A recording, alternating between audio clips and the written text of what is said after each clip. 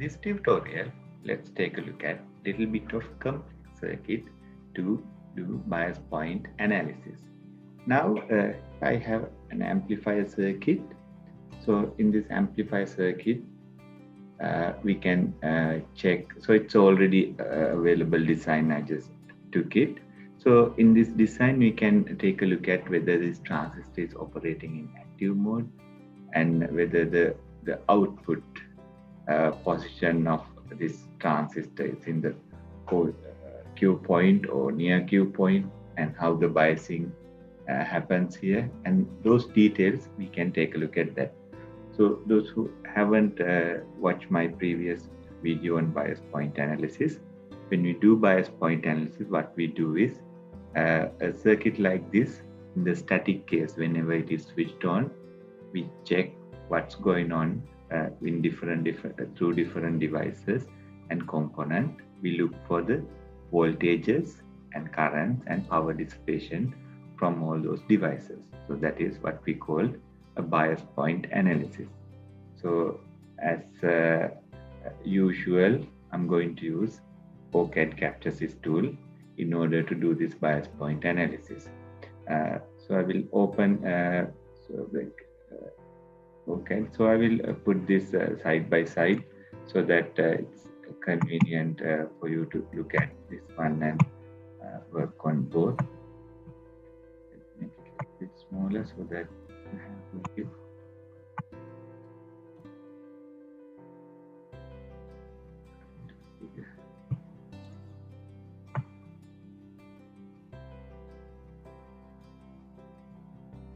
right.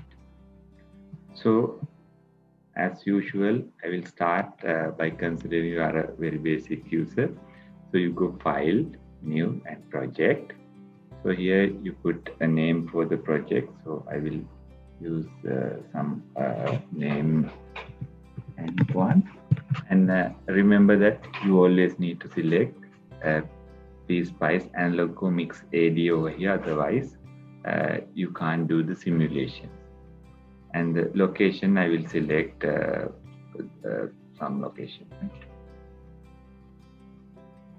Then here it is asking whether I want to create a blank project or something based on existing one. So I'm go ahead with blank project. So once I do that, what the system generate is my working space. Now you can see I have 3 different tabs over here. So this is the start page, so I have shortcuts to do different things, and this one is the project navigation one, and this is the schematic diagram. So in fact, from the project navigation, if I open this one, the schematic, so this is the page one. So if I double click this one, I'll come back to this. And also in addition to that, there are a lot of tools are being generated over here, you can see. So these are the things included in this project. But we are doing a very basic simulation, so therefore we might not be able to see a lot of interesting stuff. But let's go and start constructing, start doing the schematic diagram. So first of all, we need to start placing parts. So always, if the libraries are not clear, you need to clear all the libraries. Remember always, if you want to do simulation, you need to load only Pspice library. So I'm going to load libraries by clicking this add library, and now automatically I was forwarded there to the Pspice library and Pspice. So there are other libraries. If you add them, you might not be able to do the simulation. Therefore, always make sure that you remove all the libraries attached to this and add only the Pspice library. So I just click Control A, that is select all, and selected all the libraries, and I'm going to open that. So while libraries are getting ready, so now we need to put this circuit on. So we can, so 1, 2, 3, 4, 5, we need to have 5 resistors. So first of all, we'll put resistors. So I went to this over here, I can type R. When I have R, I need to press enter. So now the resistor is attached to my mouse pointer, so I can rotate them with R on the keyboard, right? So it's a rotation. So I can rotate as I wish if you just press the R key. So So I will arrange them. So I have one resistor here, another one here, another one here.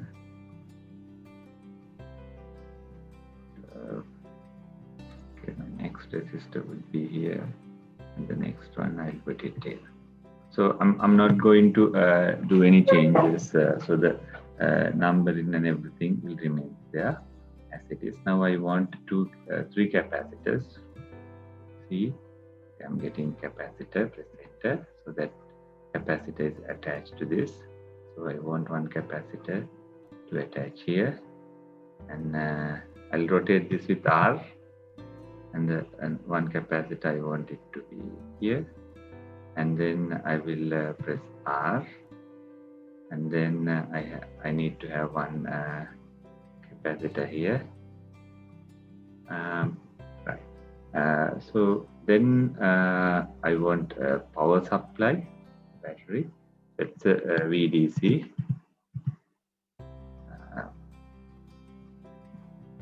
Power supply, so I will place it here. So I have not changed any values yet. And then I need AC source, so we can use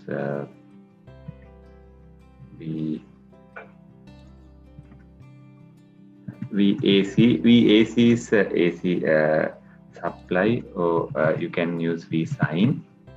V sine is a kind of signal generator, sinusoidal signal generator. So I'll go ahead with V sine. So for the bias point analysis, there won't be any difference whether you use V sine or VAC. So almost every required component is here. So, okay, so the transistor is not there, so we need to have transistor. So we'll take 2N.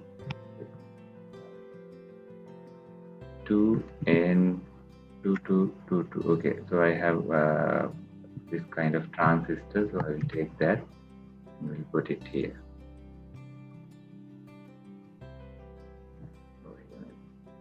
Right.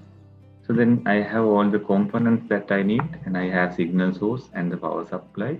One thing is missing here, that is the reference. So it's very important, you need to have a ground always. So the ground, you can find it here, or you can press G from the keyboard, and from 0 ground I'm selecting from Capture library. I'll put my ground here. Right. So now we are ready to do the wiring. So before that, I would like to change the values. So here my power, I'll start with my power supply. This should be 12 volt DC. Then I have this resistor. This is 120K. Now, since I use K here, remember that these suffixes. So these are the conventions. So if you want to use kilo, you can use K or kilo. And if you want to use tera, it is T, giga is G. And there's a slight difference. If you want to use mega, you need to write it as mega. If you just put M, that will be considered as milli. So that is one thing that could go wrong always, because usually you put capital M there for mega. So this is not the case. M stands for milli. You need to put meg or mega in order to get 10 to the power 6. And you have nano, micro, nano, pico, and femto. So those have the usual meaning. Right? So then this resistor should be 5.6K.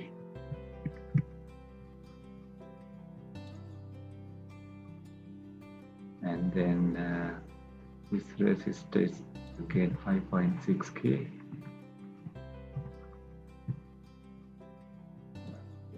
So this is 1.2K.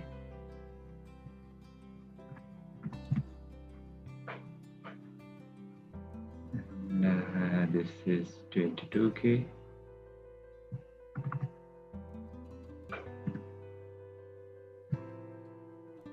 So the resistors are fine now. We need to put the capacitors. So this capacitor is 0.33 microfarad. So U stands for micro here. Then I have this capacitor. This should be 0.01 microfarad, 0.01 UF. Then I have this capacitor, which is again 0.01 microfarad, 0.01 microfarad. Right. Then we have the sinusoidal source. So the first parameter is V offset. So offset, we don't need it, so we will put it 0. Then we have amplitude. So here it is like 1 AC sine. So basically the amplitude is 1. I will also go with 1, but you don't see any difference whether you have different value or not. Frequency is like 10 kilohertz.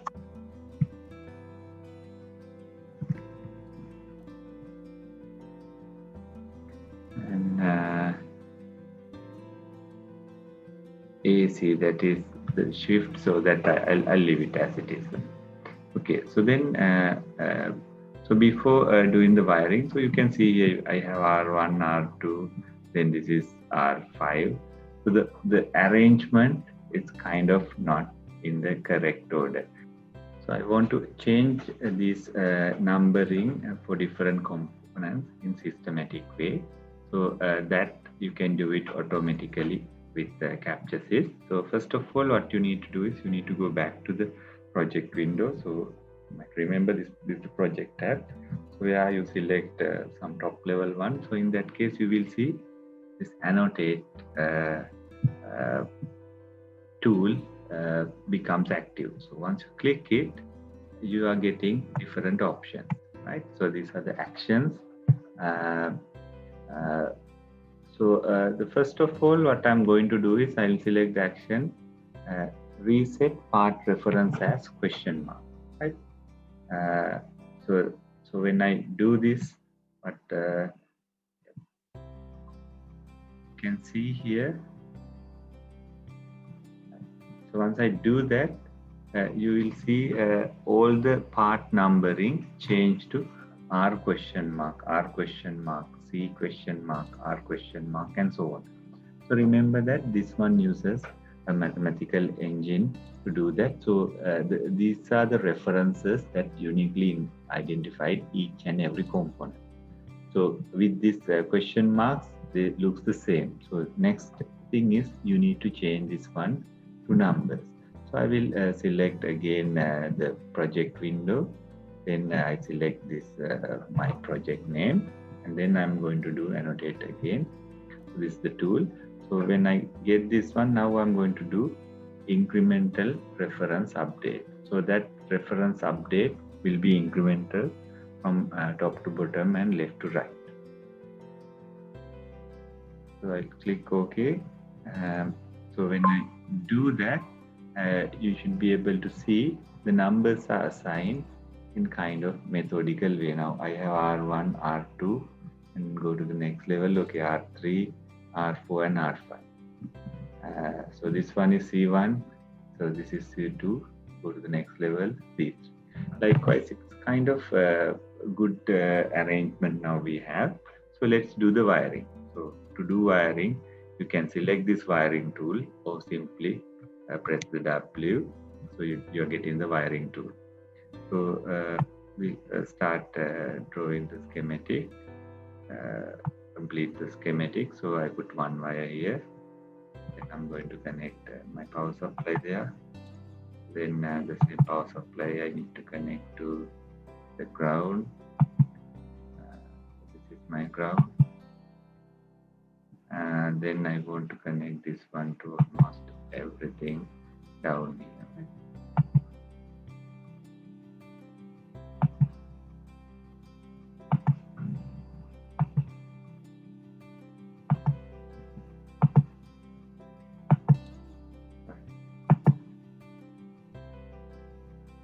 Right, so the ground line is now properly connected. So then you can connect this to the transistor. And this one to the transistor, and this capacitor should be connected to the collected. And the output of the capacitor should be connected to this resistor RL. Then this branch, so I'll connect these two. And this one should be connected over here. And this should be connected here.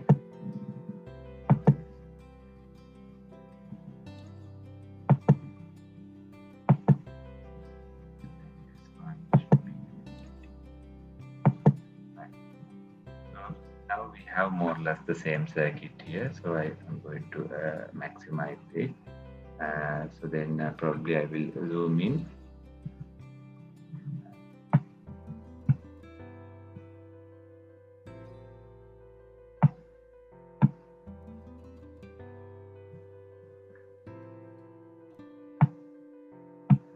So I'll rearrange some of the components. So I'm going to change the tool back to the normal mouse tool or the select tool. So I'm going to drag this one a little bit down just to improve the clarity. So this one also I can, I'll leave it as it is. This one I can bring it a bit down.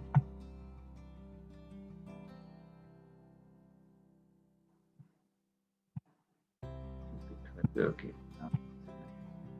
The labels, so carefully I can move them if I want to get rid of the confusion. Okay, now I have this nice circuit as I expected.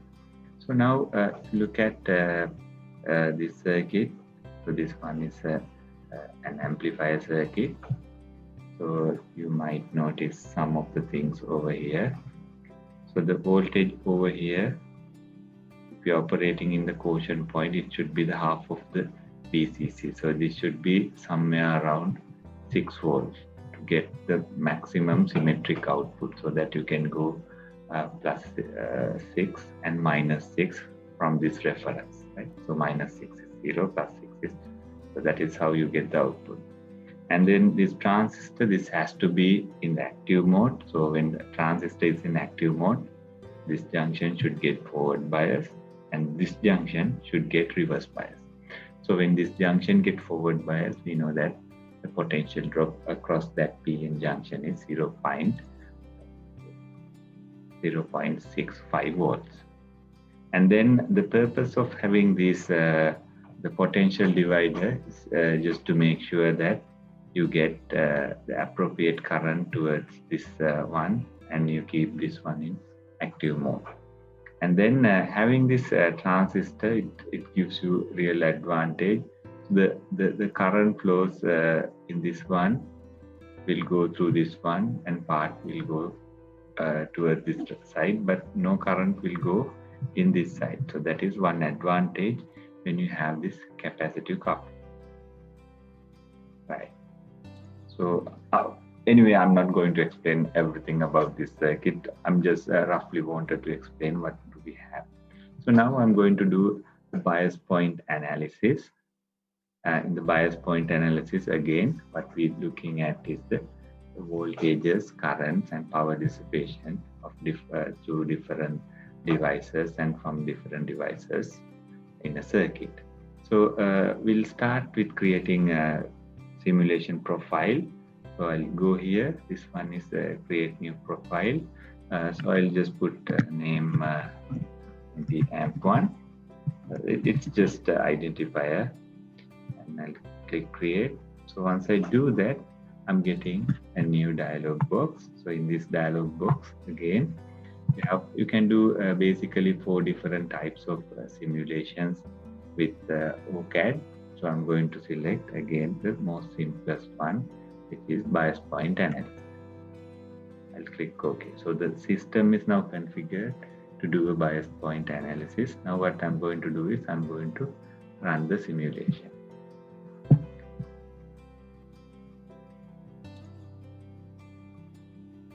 Right. So once this is run, you can see the voltages and current. So it's working on. So it's more or less 100% now.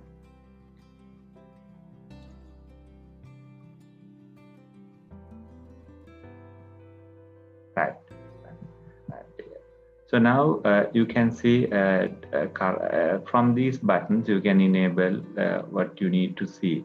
So I'm going to remove current and power and current. I'm just looking at the voltage.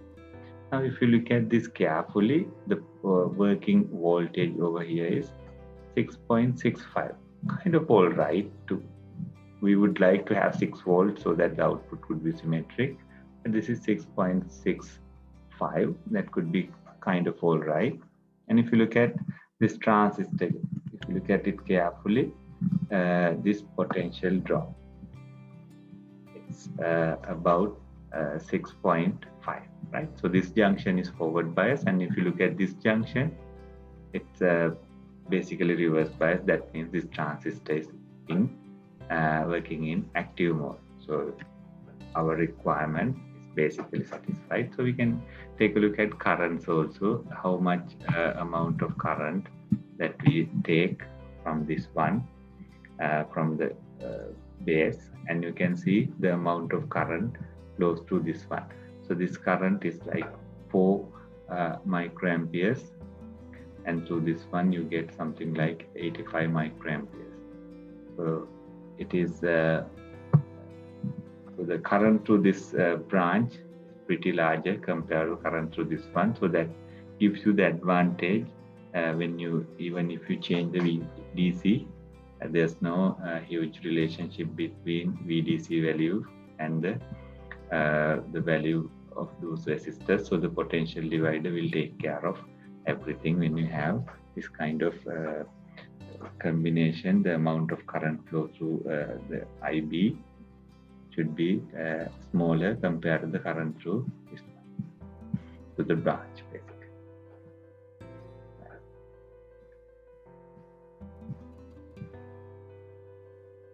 Okay, that's all about bias point analysis with circuits, and you might see some other things like over here there's no current flow because it's a capacitor. No DC current will flow through this one. The same over here, no current flows through this one. So this resistor, there's no any current flow through this one, so it's zero potential. The other side you get 0 volts because there's no potential drop. Okay, for now, that's it. So thank you very much for your attention.